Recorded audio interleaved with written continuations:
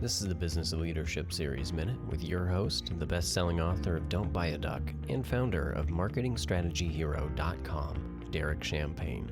I'm excited about our guest today, a former music executive who launched his own Nashville-based ticketing company, Project Admission.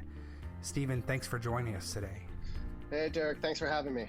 One of the things that's interesting to me is the timeline. You know, you were getting into the music business about the time I was getting out, and it had been done the same way for a long time. And around 2000, it started to change, right? So you're basically coming in around the digital revolution. Anything there? Yeah. I mean, I think I was cutting tape when I first was engineering. Yeah, but you came in and you thrived in it.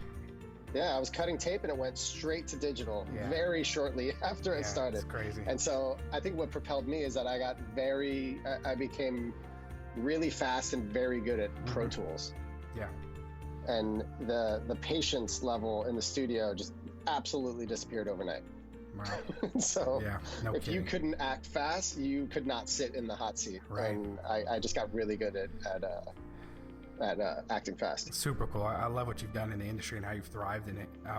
Tell me about when you talked about a merge. What was that like? Were there any challenges mixing the two cultures together? I just had a meeting yesterday with somebody that just merged and then realized after 2 weeks that they needed to stay home because they were getting in the way. They're like, they have founders too. So tell me about navigating that. A lot of people don't think about that. They think of a buyout or a merge and it's either the end goal, but what are the nuances that you experienced with doing something like that? Like, just give us some fine details, however you want. Yeah, I mean, it's an insane thing, right? Like, I don't know what the percentage is, but it is a very, very high percentage of companies that merge. It does not go well. Right. I think the culture clash is the biggest aspect to it. Right. So the CrowdSurge team was all big, boisterous music industry, shoot from the hip, like act fast kind of, personality types. And the Songkick team was birthed out of Y Combinator, product guys and engineers. Right. And so you can only imagine like the communication barrier between those two. I think at some point in the merger, there was maybe one person we identified was the translator between both sides. Wow.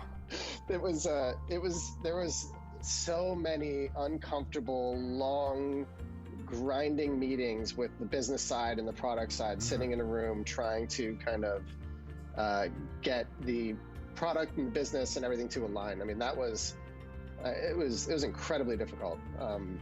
What are some of the big takeaways those personalities maybe together. for someone that's about to go through that or considering it? What are some takeaways or cautions to watch for?